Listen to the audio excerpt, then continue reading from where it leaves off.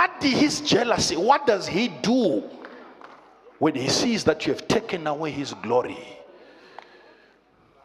Sit down. Is it not in your scripture that it was because of too many revelations, evangelist? Too many. The thorn was equivalent to the depth. The revelations were too many. That God says, if I don't leave you with a thorn, you must have a thorn. That people look at you and wonder, how come handkerchiefs from your body can heal the sick, yet the body has a what? A thorn. And the thorn is because of too many. Paul went on to ask God, is it because I was born with a curse? God is saying, no, it's too much of me in you. Too much of me in you. I will put a thorn in your flesh that your followers will keep you wondering.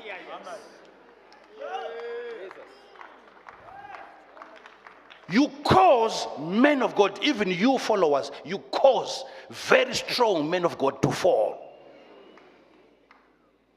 Be careful when you celebrate us. Know where to end. Be prayed for. Marriage yoita. But marriage haichengetwe neprayer, inochengetwa nema systems, nema principles.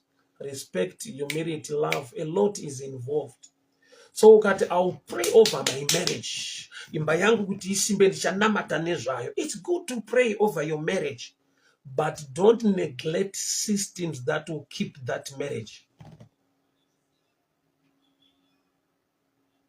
And unozoona kuti munhu akarima akashanda nesimba anokohwa anowana chikafu. But there are also systems in places dzinoiswa to store or to keep kuchengetedza gohwo rako.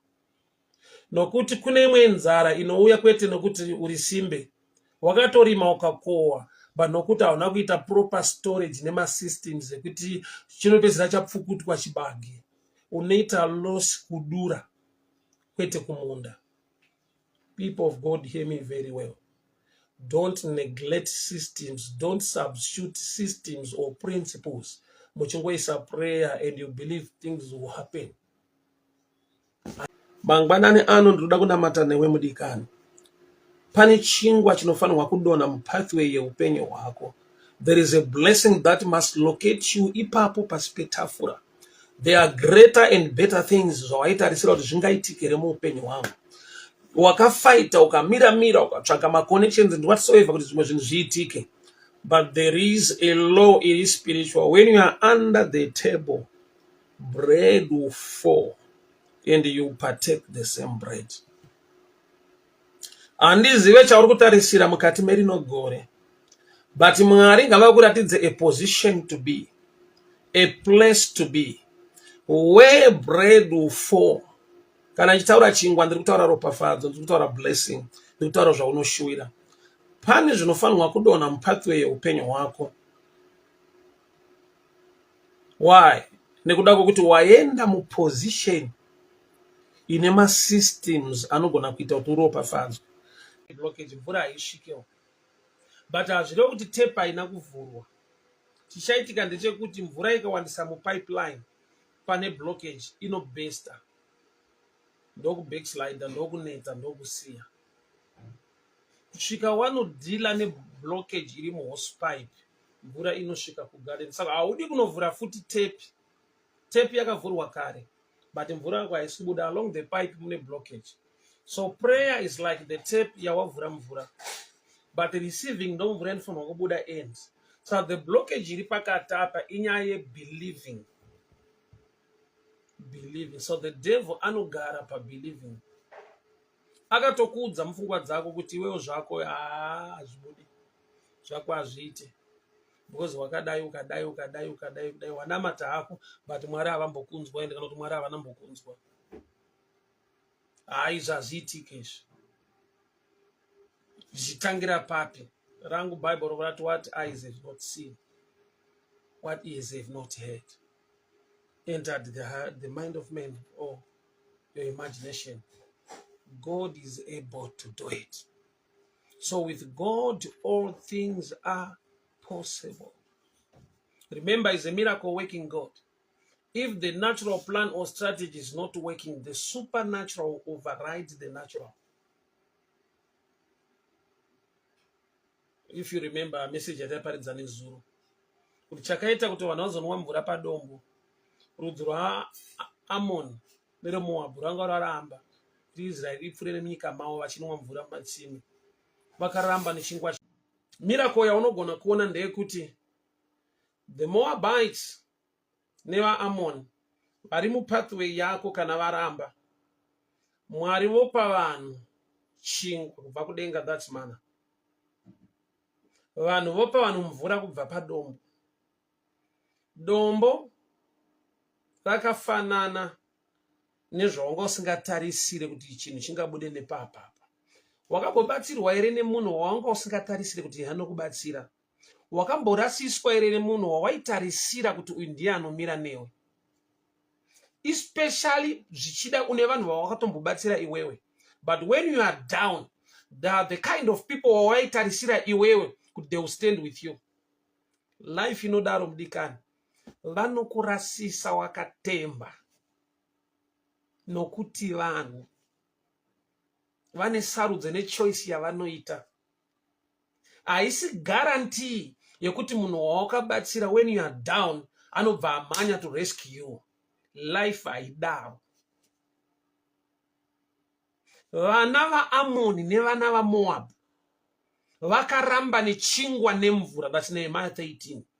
Kuti vape Israel. Mvura yepadombo isubstitute yemvura yematsime kwaAmoni. Saka zvinoita mudikani, ndoda kukuratidza imwe miracle inogona kuitika muupenyu hwako. Kana Mwari vakapa vanhu mvura padombo, iko kune matsime ende kune vanhu varamba nemvura dzavo, uchaona kuti munhu wausingatarisire, munhu wausingafungidzire kuti anokubatsira, asinga exist marelationships ako, can be used by God. No matter the breaking of the net, you will testify the goodness of the Lord. No matter how you suffer, there are times when you don't need to, but you need to manage. When you look at this idea, no matter what way, but how come to fight from left, right, and center? How come to challenge you? Who are when I was coming here? The breaking net, you need to have a testimony.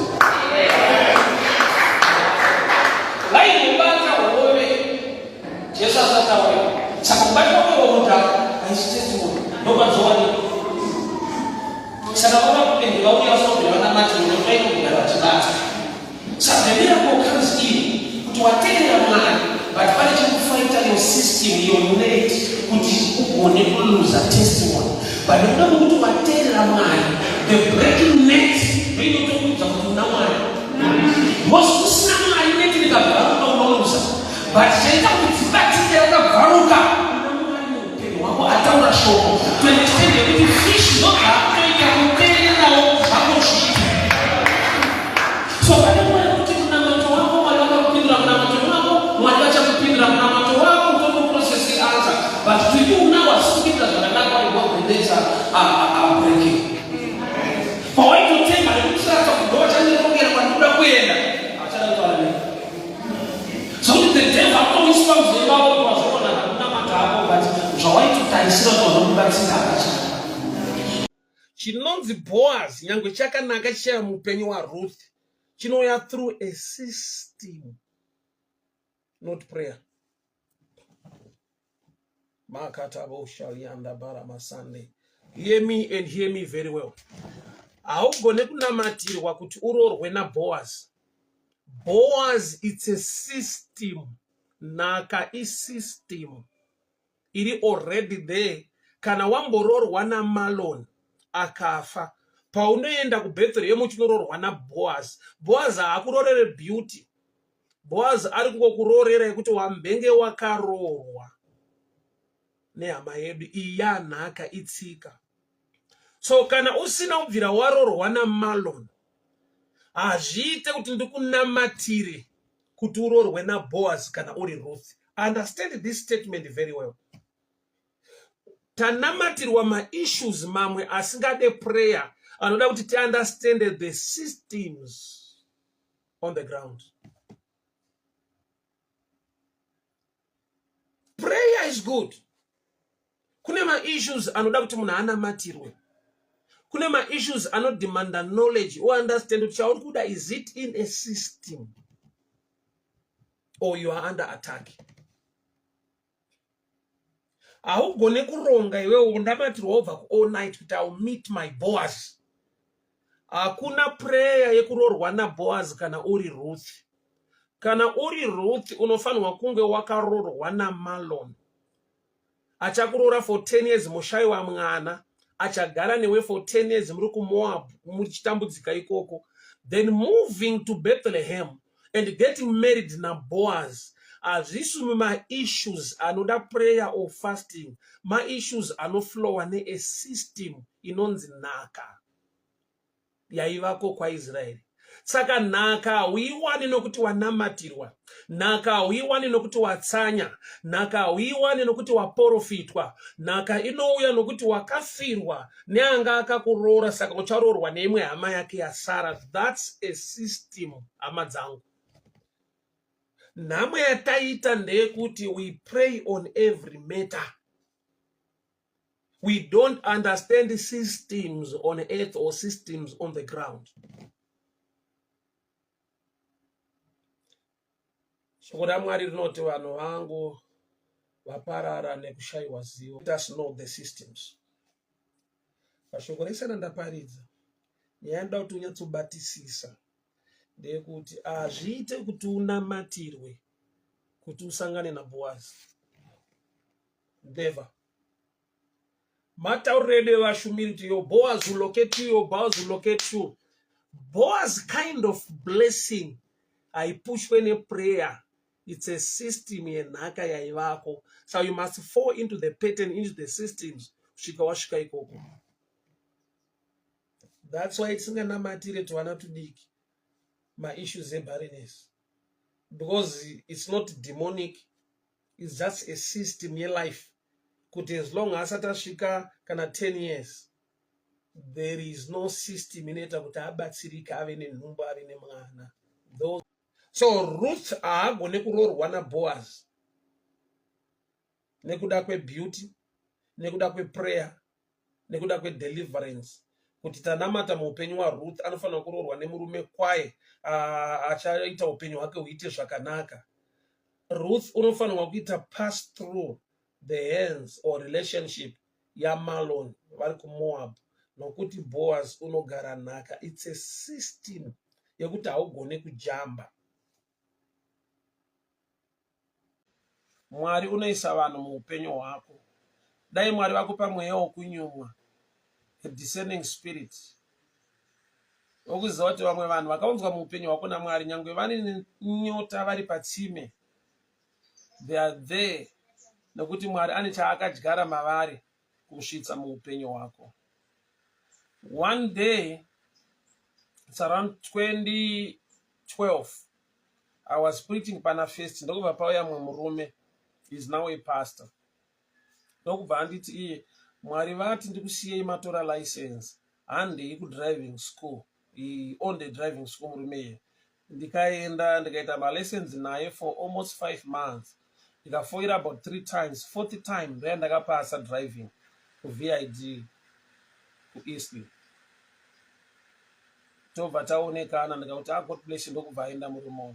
Akazodzoka kwandiri after 2 years or a year and a half achindipa a testimony. Handina kumunamatira towards chinhu chaaiva nedambudziko nacho. Number 1, haana kubvira arivhila kwandiri kuti anga aine problem. Chaakaitaura kwandiri ati, ndanzwa Mwari vachiti ndikusiye muine license. Man was married for 8 years without a child. That following time apedza kuita zvaakaita akava nebreakthrough, vakabereka ma-twins. Is also a pastor now. Handina kumunamatira kuti ave nevana. Iye ari kungoita zvaanzi naMwari aite towards my life.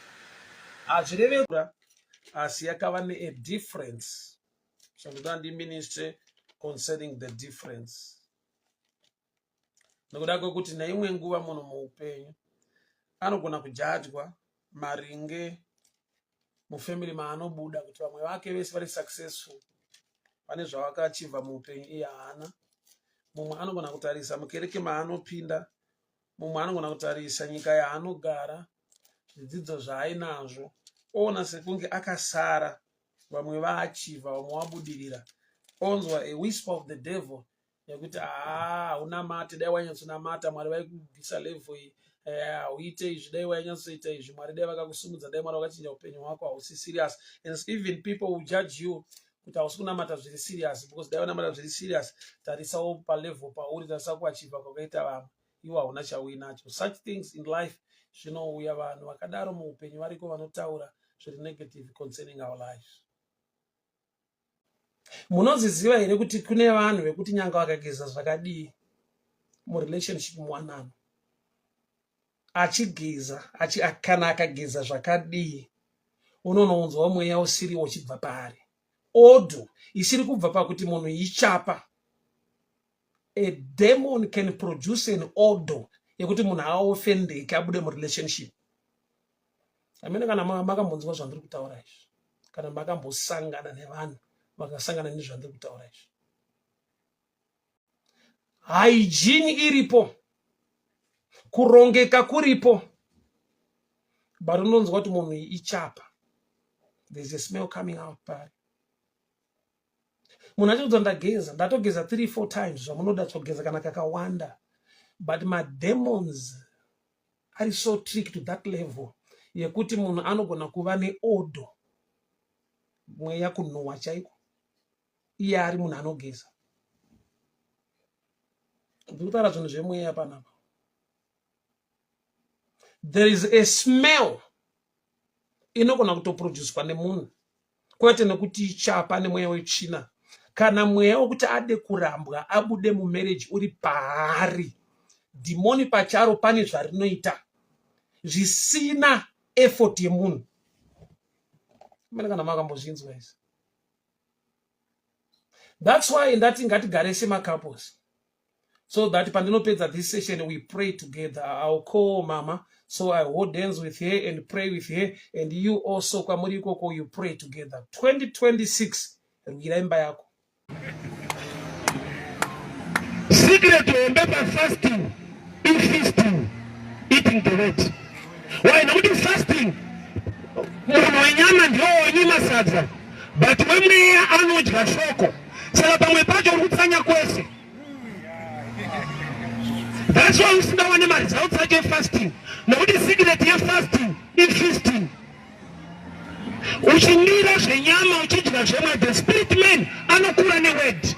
Manje wewe the spirit man aadye, the physical man haasi kudya futi. Saka i 0-0. Uri pa strike, hausi pa fasting. Nokuti fasting secret yayo i feasting. Why nokuti Satan akauya haapinze madays awarola. I game ye knowledge. Unomukunda nekuziva shoko zvakanyorwa zvichinzi. Kune level yeattack yekuti mweya yetsvina haikudzivise kuti uwane basa, haikudzivise kuti upinde mune imwe relationship. Relationship imomo munovharwa door rewanano. You'll be dating and dating and dating, and the guy hapana paanombofa akataura issue nechekuita nemarriage. Inenge iri relationship nekufara nekudine joy, but door rinonzi marriage rakabvutwa nemweya yetsvina. Haambofa akataura chinhu ichocho. Haushaye munhu anokuda, haushaye munhu anofambidzana newe, but wafambidzana nevazhinji vakuda, uchinyatsoona kuti tiri kunyatsodanana, but the door hakuna paanogona kushama muromo wekuti it's high time taroorana taita settle down. Door rinonzi marriage rakakwachurwa. Mweya yetsvina inokurega uchienda pabasa, zvichida riri basa rine mari kwazvo, but mari iyoyo uchiitambira. Door rekuconstructa zvinhu zvinobatika muupenyu, rekuita zvinhu zvakakura muupenyu, ndo rakabviswa.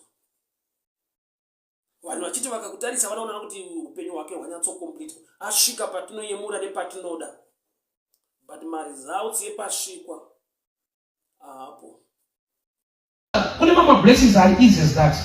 Bhaibheri rangu kuna Malachi 3:16 rinoti vanotaura zvakanaka pamberi paJehovha Mwari unonyora mazita avo mubhuku rerangariro. There is a blessing of discussing the goodness of the Lord. Kwete prayer, kwete kingdom yaMwari ine makeys haina key.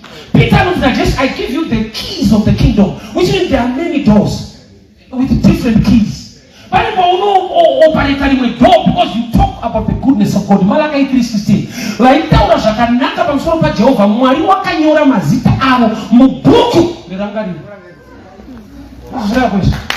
Kutaura iyo ndono kusoro ndinotaura mani uyatikuwadza unokuvara zveshuwa taurai kunaka kwaJehovha nesuwa inokuvadza hakuna kunokuwara mani.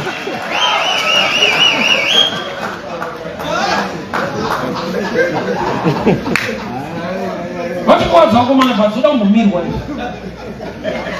chakauropafa nekutaura chete kutaura vanotaura haisi fasting haisi prayer haisi worship talking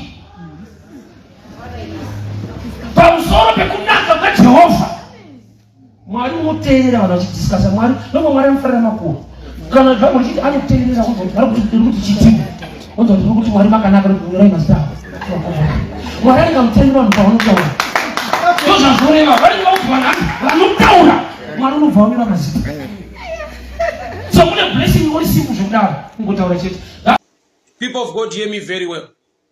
Patime yauri kubreakwa moyo wako naturally, wagone rekita perceive spiritually to see what God is about to do in your life. So the devil will attack you through your mind and what you see. But pakuda kuti uite engage in prayer so that you will see things from the spiritual perspective. So there are people vekuti zvinhu zvakaitika kwavari vari supposed to break down or to quit. They kept on. Nekuda kwekuti vaiona something spiritually, vaiona in the spiritual realm to an extent yekuti unonzwa munhu achitoti but pachini chako manaka you are celebrating me today, I nearly quit. Pachini chako manaishi ndachibva hangu nhasi but padiki ndatosiyana nazvo.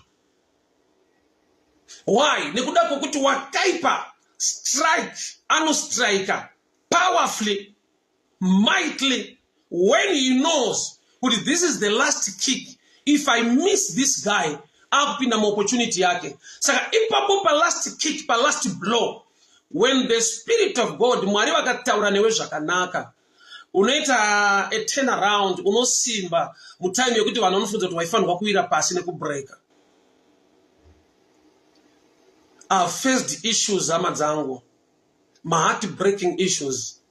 I've faced challenges zekuti naturally usati waita prayer waingenja kuti Mwari apa ndoita sei, totally quit, kuregedza kusiyana nazvo, because uchizoona in the natural dimension there is no need to move on again. The devil anokanda joka kana akuziva kuti ndikamukandira this joka akaramba akamira akangoresista aenda. So he knows with this kind of joke anonyatso prepare to an extent yekuti unozozviona wabuda kana kuti unozozviona washingirira kuti this was my time, ndo yanga iri opportunity yangu. But the devil by time and chance does not resign or quit kuti this is your time and this is your chance. I don't know whom I'm talking to.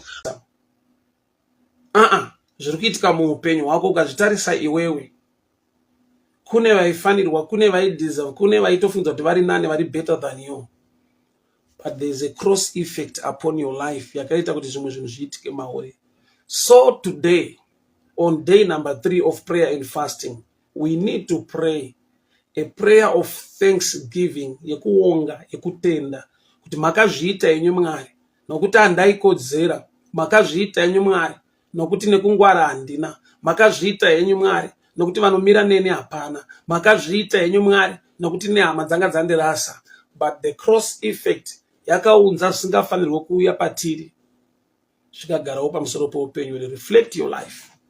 Kurarama kwauri kuita kusvika mugore ra2026 zvauraya vamwe makore ese aya uchirarama zvichida zvimwe zvirwere zvakapfuura nepauri, especially most of us who pass through my times eCovid, ma-accidents anoitika mumigwagwa, nyangwe nendege dzinodonha, nyangwe nezvikepe zvinonyura, matambudziko akawanda muupenyu awira vazhinji, denga richitichengeta. Isiri nyaya yekuti we are rightly positioned or we are intelligent or well connected, but that's the effect of the cross. Ndikunamata pamusoro pefavor mudikani, pamusoro peupenyu hwako. Ndoda kuti ubate musoro wako udeclare mukati merine gore kuti favor locate me. May favor rest upon my head. May the favor of the Lord and the blessing of the Lord be upon my life. Zvandichabata zviattract favor. Pandichafamba ndiattract favor. Pese pandinosvika pandichatarisa zvandichafambira Mwari wangu, favor ilokete upenyu hwangu. Moses akawanirwa nyasha ari muNile River, ari mutswanda, asi paakachema mwanasikana waFaro akanzwa tsitsi, Moses akachengeteka mumazuva erufu.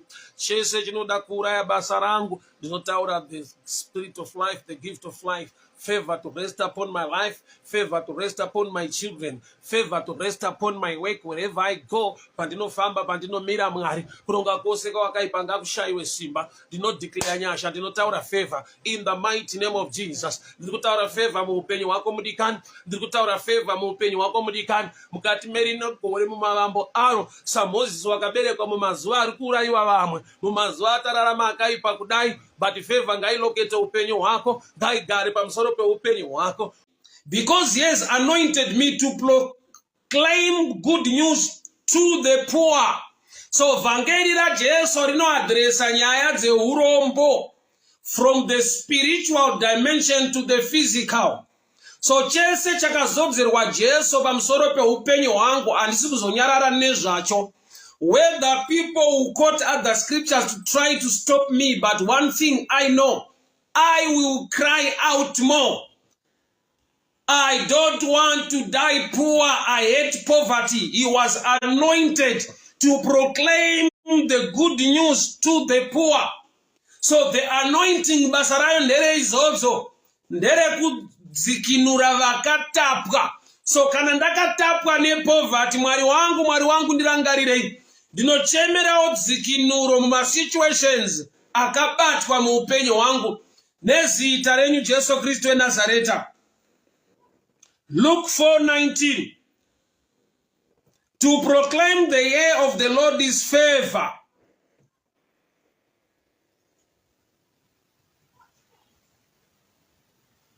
Makatabo shalaba Sunday.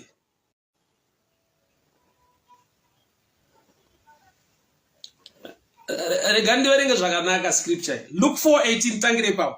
The Spirit of the Lord is upon me, because he has anointed me to proclaim good news to the poor.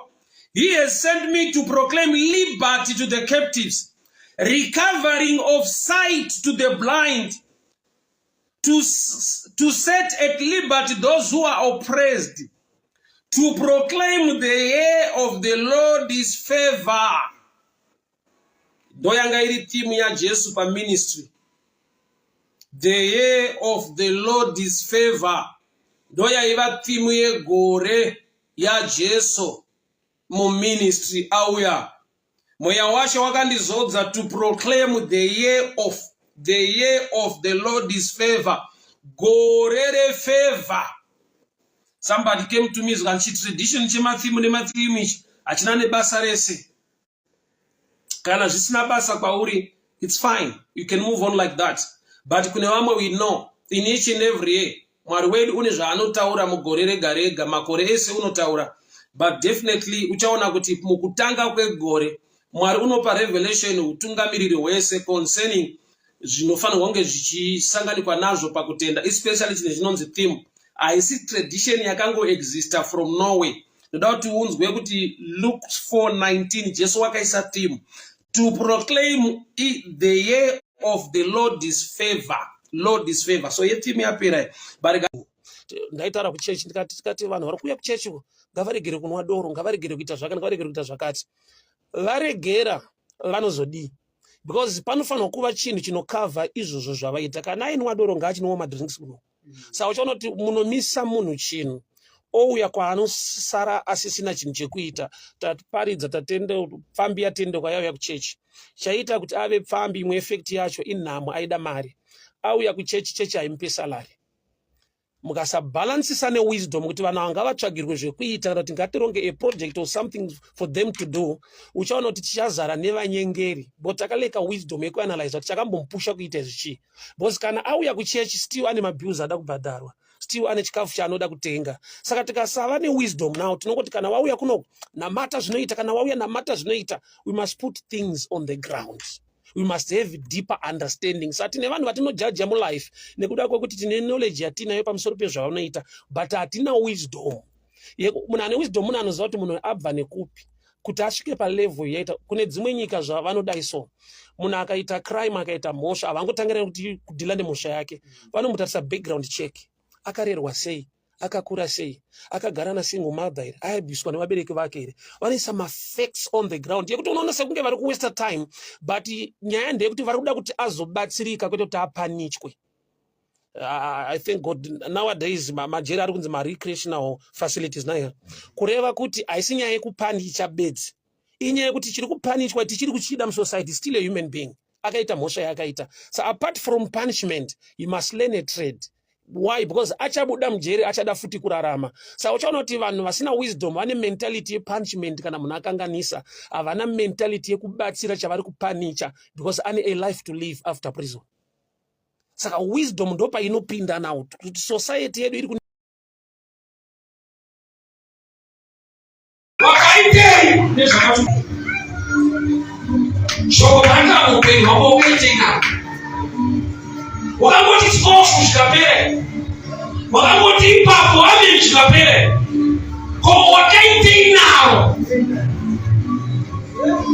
nokuti mune yechina inoirega richipinda, but ine tsika yekuteerera manje kuzotikuritsa zvapinda mauri. Mambo vejeriko havana problem kana pane varume vapinda mabara, ane problem kana pauya varume vanochinja upenyu hwavo. Vechina inenge inomiruka kudarika mumwasha watonamasa, inenge inotoziva kuti iri kuparidzwa nomuchinja upenyu hwake. Saka itai kamudisturba mishana, itai kuti anzwe sekunge hazvisizvo, itai kuti agiribri kamuchira, otomuwa reasoning kwadzo dzekuti kumadzirizvo hazvisizvo. Panouya zvine chekuita neupenyu hwako panoda mitsimba, nokuti zvakanaka zvauya kune mweya inoteerera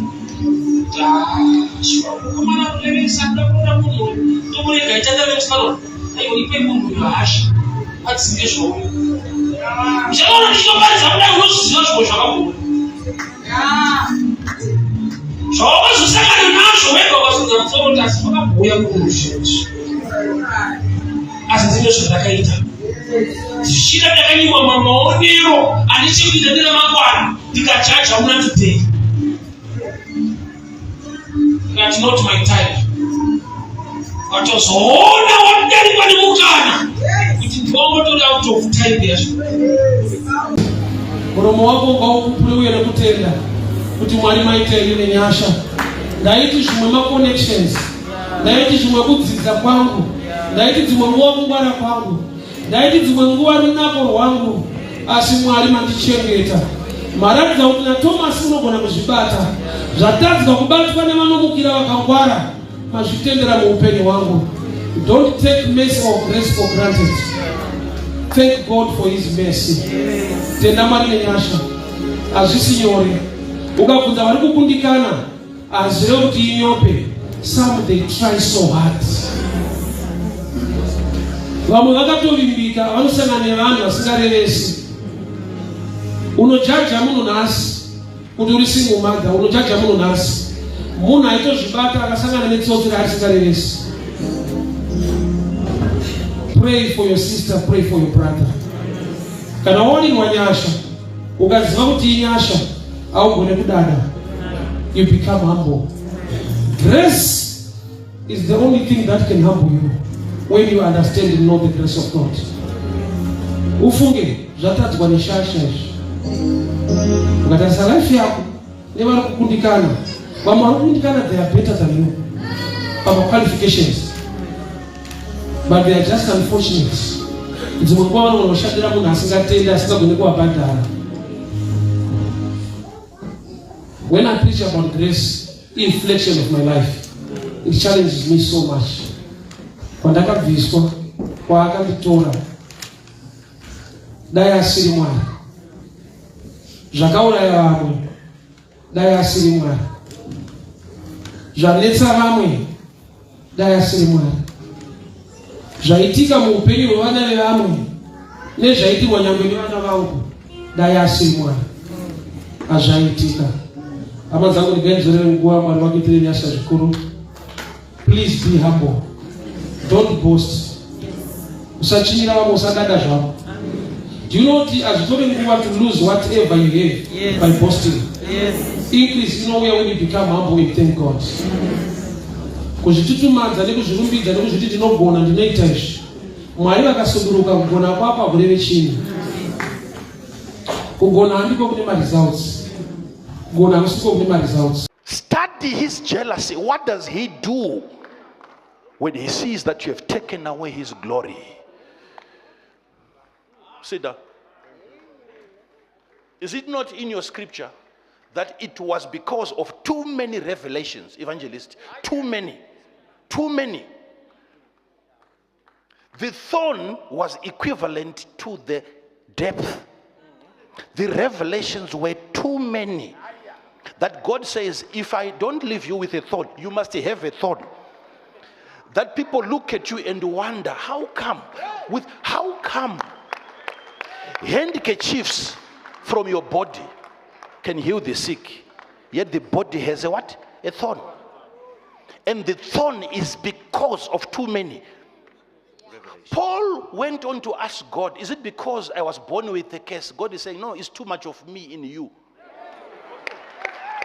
Too much of me in you. I will put a thorn in your flesh that your followers will keep you wondering.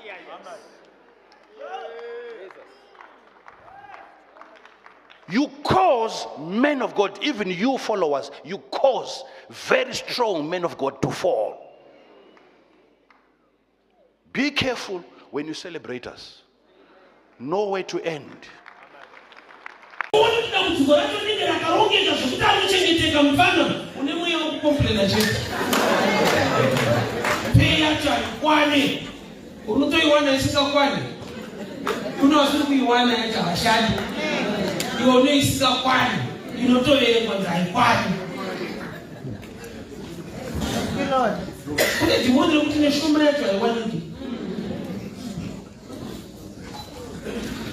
Unasali kuti ropa fadzara uinawo unogona kusaruona nekuda kwekuti unozvikopera neupenyu hwevamwe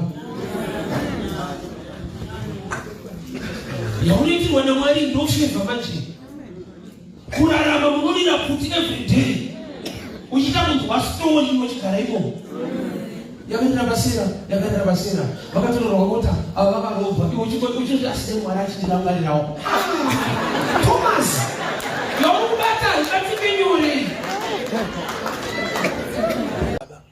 Zvatakaronga zvikasabudirira asi tiri pano nekuda kwenyasha muchengeti nemurwiri weupenyu hwedu. Ndanamata nehama dzangu Mwari, dyarai moyo wekutenda, a spirit of thanksgiving.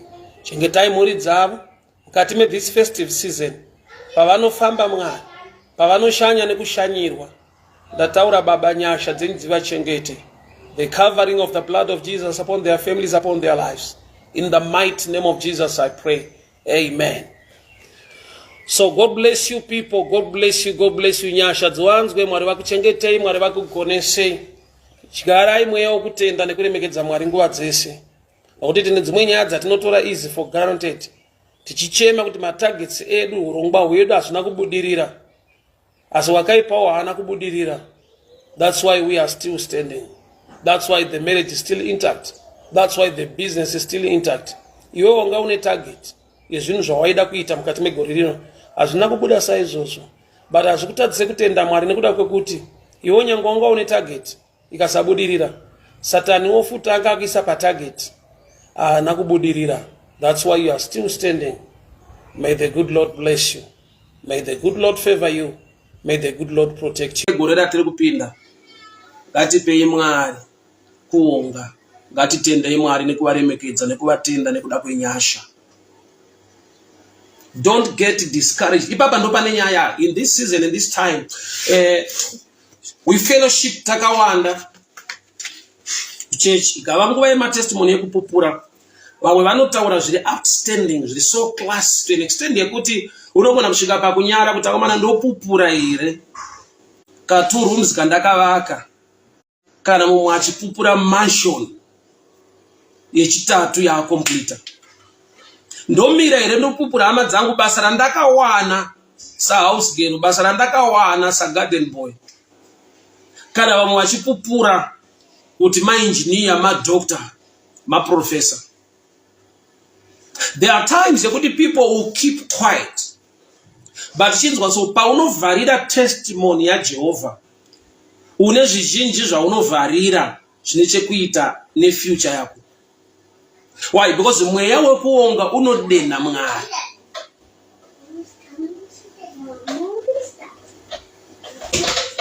Mweya wekuonga unodenha zvizhinji.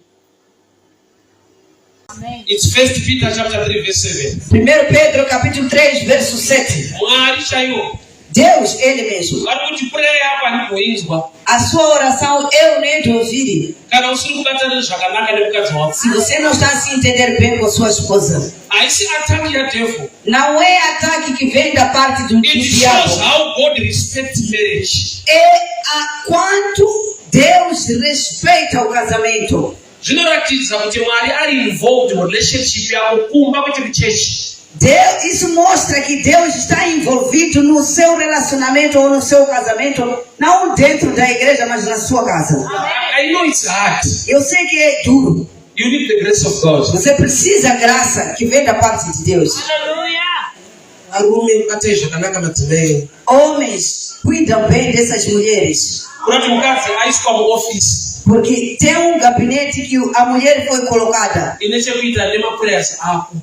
tem a ver com as suas orações. Sometimes it is dangerous to be married if you read this verse. Às vezes, quando você lê esse versículo, parece que é muito perigoso você ficar casado. Deus não te ouviu minha oração. Por causa da minha mulher. Talvez às vezes até a mulher dele, aquele que chateia muito. Mas se Deus está dizendo, é aí mesmo, fica bem. There are people in life wawaudza kunaka, wawaudza kugona, wawaudza rudo rwa Mwari, but your hand has not ministered into their lives. So they are still seated. They are not going to church. Ukawaudza kuti potai muchienda kuchechi, potai muchinamata. Some they don't have shoes. Why don't you use the right hand ministry to bless them with shoes?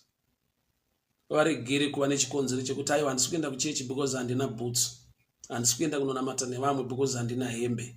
Why don't you make a difference in this festive season by using the right hand ministry towards those whom we have preached to? Jekuru say, your own people, your own family. Ambia wako, amwene wako, ngavazi kunaka kwa Mwari.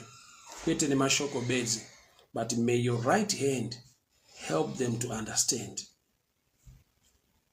May your right hand help them to understand. May your right hand help them to stand. In this festive season, there is somebody somewhere there. Anotoda Mwari, nekunamata Mwari. But pane zvikonzero zviri mu physical dimension zvinoda the right hand ministry to make others stand so that the power of God will touch their lives. Just a pair of shoes, maybe just a shirt, a trouser, for somebody to know the love of God. ndataura ndikati we have preached the love of God, but patasara, patakundikana, pataneta, we have not demonstrated the love of God towards humankind. May God use you and may God use me as a vessel to help somebody to rise to a level where the power of God will reach them. Bedare, help me. I dated this guy till college. He denied responsibility and went silent for 21 years. Pakaenda, I met another guy. He even got the child surname yake. This guy Agudzoga reaching out on Facebook, wanting to be in life yemwana. And I blocked him everywhere. Mwana ndakamuudza makuriro akaita, and he appreciates the situation. Ndinganzi ndakatadza here. I'm always against one neglect one. Whether matadrana zvakadi osiya moyo. Alright, kudzoka, let's say inyati kuchikoro muri vana vadiki, maturity yaita creep in, you want to come back. There are proper ways and channels. Uchirespecta imba iri kuchengetwa mwana wako. Zvezvo kuti ndine mwana kusango turafu sina basa kuti kumba kumwe munhu akusango. Value imba yemwe munhu. Respect uyo munhu anopa mwana wako aberekewo chikafa asi munhu kutamba naye.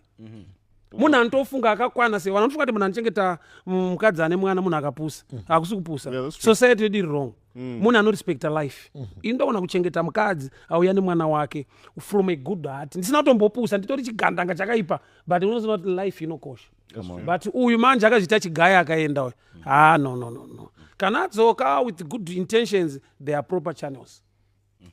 Unoinvesta simba rako nezvimwe zvese muzvinhu zviri mumba imomo, wosiya chimudhara chemumba imomo. Kumarriage wakainga mudhara ari pasaidi pako.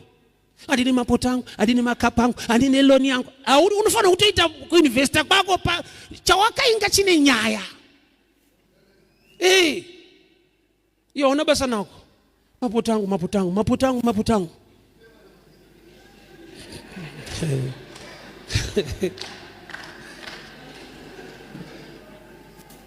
Chinofambirwa kuchechi bhururu ukachiziva unosangana nedzimwe nyasha nokuti Mwari can be in the right place for a wrong reason, right relationship for a wrong reason.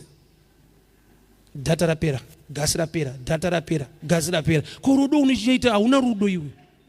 Wakoya wakashota. Munhu ada kudana newe utsvaga munhu anobhadhara zvinhu zvako.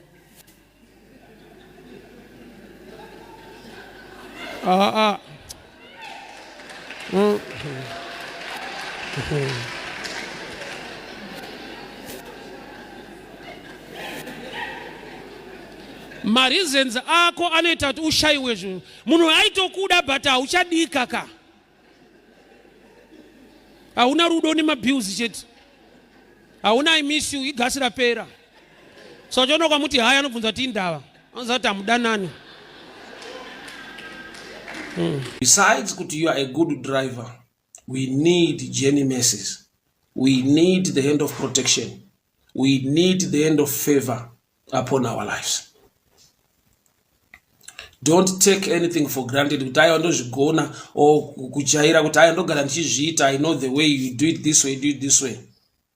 In every matter, in every case, in every situation, we need to pray unto the Lord. Surrender the day into the hands of the Lord. Kuti Mwari, pandinoenda kumabasa, pandinofamba, pandinofara nyangwe nevamwe, I need your hand of protection, your hand of blessing, and your hand of favor. So prayer is a picture of humility. Number 2, prayer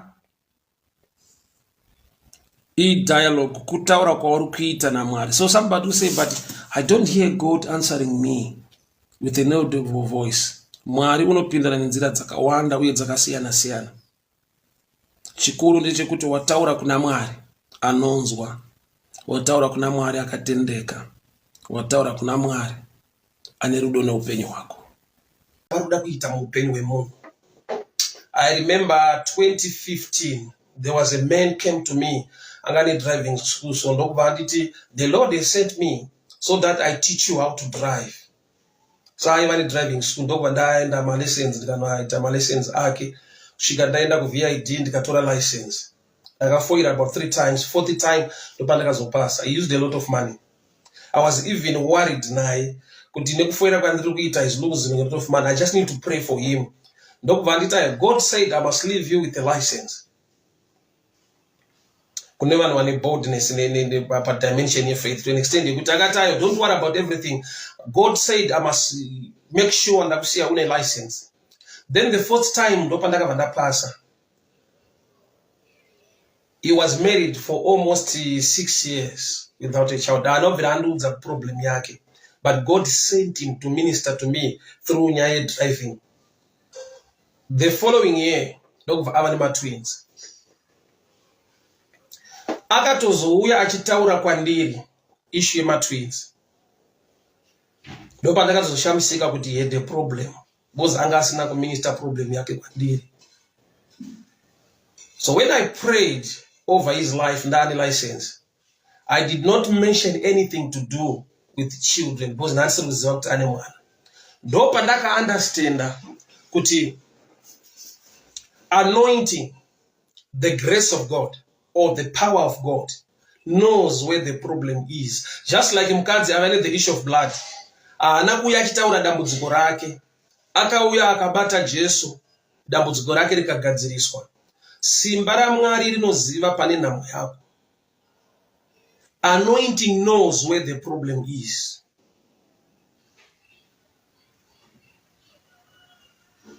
Prayer, fasting, and giving. These are 3 elements dzaunofanirwa kushanda nazvo mulife mako as a believer. So pane nguva yekuti maybe unogona kutenderera chikomo cheupenyu hwako 5 years, 2 years, a year, or some months. But mauri uchinzwa kuti I'm doing something, I'm going somewhere. But paunozocheuka utarisa unongoona kuti pandaiva ndo pandaiva. Pekuti unongoendawo kubasa. Ubadira mabills ako. Uchida utenga hembe nyowani ubadira school fees yevana. You are done. Pawaiva ndo pauchiri. Movement iripo but isakunyengera. Haisi movement yekuenda towards the destiny. Movement yekuti you are in circles. You are surrounding the hill country of life. Ndizvo zvokubva kare.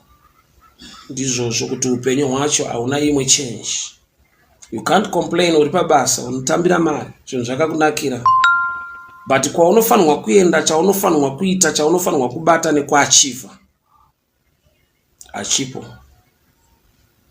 Chiripo kuripita life ya 2015, ya 2017, ya 2018, ya 29. That lifestyle is still the same. Nekuti nzwaka pane nguva yekuti waafoda kuhaya kana kuti kukwereta mota ukadriver uchienda kwaunoenda maybe kuholiday nehama dzako unoona hamani kudini kudini. End of the day hauna motikari yawakatenga. Last year but one wakauya kumusha uchida kuona hama dzako nebhasi. This year wamanager kuhaya mota. But at the end of the day, you are still in the same place. You don't own a car. But mauru nonzwa kuti I've done something better. Chekuti people notice kuti at least an improvement nekudi. Kuroja 2 rooms, kunoroja 8 rooms or full house. At the end of the day, warimu bracket the moon asina pekugara panonzi pake.